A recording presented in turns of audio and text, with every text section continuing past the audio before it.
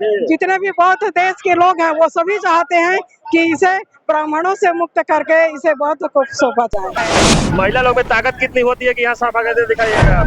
महिलाओं में बहुत ताकत होती है और महिलाएं चाहे तो वो कुछ भी कर सकती है। ये जो जगह है हम बौद्धों के लिए बहुत ही पवित्र और बहुत ही पूजनीय है। सभी साथियों को नमो बुद्धाय, जय भीम। जैसा कि आप लोग जानते हैं कि महाबोधि महाविहार को मुक्त कराने के लिए आज 12 फरवरी से लगातार धरना यहाँ पर चल रहा है बोध गया में। तो इस धरना को ताकत देने के लिए तमाम राज्यों से, तमाम देशों से लोग आ रहे हैं। तो देखिए ये जो टीम आई है जो छत्तीसगढ़ से चल के आई है और तमाम महिलाएं हमारे सामने हैं। आइए थोड़ा मिलकर बातचीत करते हैं। सबसे पहले अपना परिचय दीजिए। मैं नीता कमल राम टेके दल्ली राजहरा से हूँ, जिला बालोद की निवासी हूँ। यहाँ आप घूमने आए हैं कि धरना को ताकत देने के लिए? नहीं, हम लोग यहाँ पे क्या बोलते हैं तो बोध गया मुक्ति आंदोलन में अपनी सहभागिता निभाने के लिए आए हैं। महिला लोग में ताकत कितनी होती है कि यहाँ साफ आगे दिखाइएगा आप? महिलाओं में बहुत ताकत होती है और महिलाएं चाहे तो वो कुछ भी कर सकती है। महिला सशक्ति, और मैं महिला सशक्तिकरण संघ से भी जुड़ी हुई हूँ और मैं महिला सशक्तिकरण संघ की जिला अध्यक्ष हूँ और साथ ही भारतीय बौद्ध महासभा जिला बालोद की भी महिलाओं की अध्यक्ष हूँ, जिला अध्यक्ष हूँ मैं। अभी सरकार है कि सब लोग जो वास्तविक मांग रहा है तो उस पर प्रशासन लाठीचार्ज कर रही है। आप लाठी दिखाने के लिए तैयार है?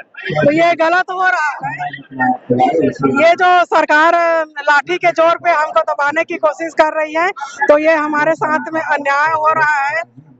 बाबा साहब जब भारत का संविधान बना उससे पहले जो भी यहाँ पे कानून चलता था, तो जब भारत का संविधान निर्मित हुआ, हमारा देश आजाद हुआ, तो भारत के संविधान के हिसाब से यह देश चल रहा है। तो जो पहले जो कानून बना था और जो ये 1986 में जो एक्ट बना हुआ था उसको निरस्त करके अभी जैसे कि हिंदू के मंदिर में हिंदुओं का कब्जा रहता है, ईसाई के चर्च में ईसाइयों का रहता है, तो वैसे ही हमारा जो एक ही महाबोधि विहार है यहाँ पे बौद्ध गया में, जहाँ पे भगवान गौतम बुद्ध को ज्ञान की प्राप्ति हुई थी।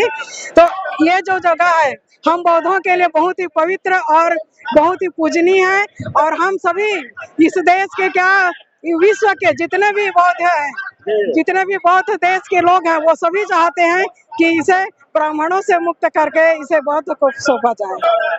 कितने लोग कहते हैं कि विष्णु के 9वें अवतार है, तो कोई कहते हैं कि 8वें अवतार है, एक आदमी बोल दे कि 24वें अवतार है। इस विषय में क्या कहेंगे? नहीं, भगवान गौतम बुद्ध है वो एक महामानव के रूप में ही नॉर्मल तरीके से हुए थे, वो किसी भगवान का अवतार नहीं है।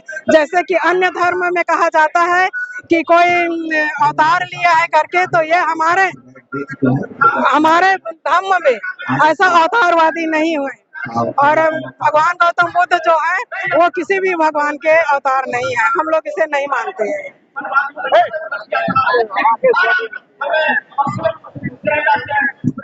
मोदी को क्या कहेंगे? दूसरे देश में जाते हैं तो बोलते हैं कि हम बुद्ध की धरती से आए हुए हैं, आप लोग को यहाँ 53 दिन से बैठे हैं, कोई समाधान नहीं निकला। मैं इस देश के सम्मानित प्रधानमंत्री जी से मेरा यह निवेदन है कि जिस प्रकार से हिंदुओं को हिंदू के मंदिरों में उनका वर्चस्व है, वो जिस तरीके से पूजा पाठ करते हैं, हमारा भी उनसे निवेदन है कि हमारा जो बुद्ध विहार है बौद्धों का है उसे शांतिपूर्ण ढंग से यहाँ पे जो भंते जी लोग क्या बोलते हैं आंदोलन कर रहे हैं, तो उनके मांगों को ध्यान में रखते हुए यह जो क्या बोलते हैं आंदोलन को समर्थन करें और ये बौद्ध गया को बौद्धों को सौंपते हैं। एक बाबा है बोलते हैं कि वो तुच्छ भिक्षु बैठे हुए धरने पर, तो थप्पड़ मार के हटा दो।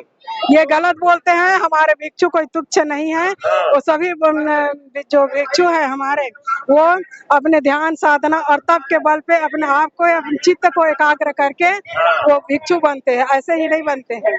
सरकार से क्या कहना चाहेंगे आप? सरकार से हम यही चाहते हैं कि बौद्ध गया मुक्ति आंदोलन जो चल रहा है उसका वो सम्मान करे, हमारे मांगों को वो पूरा करे।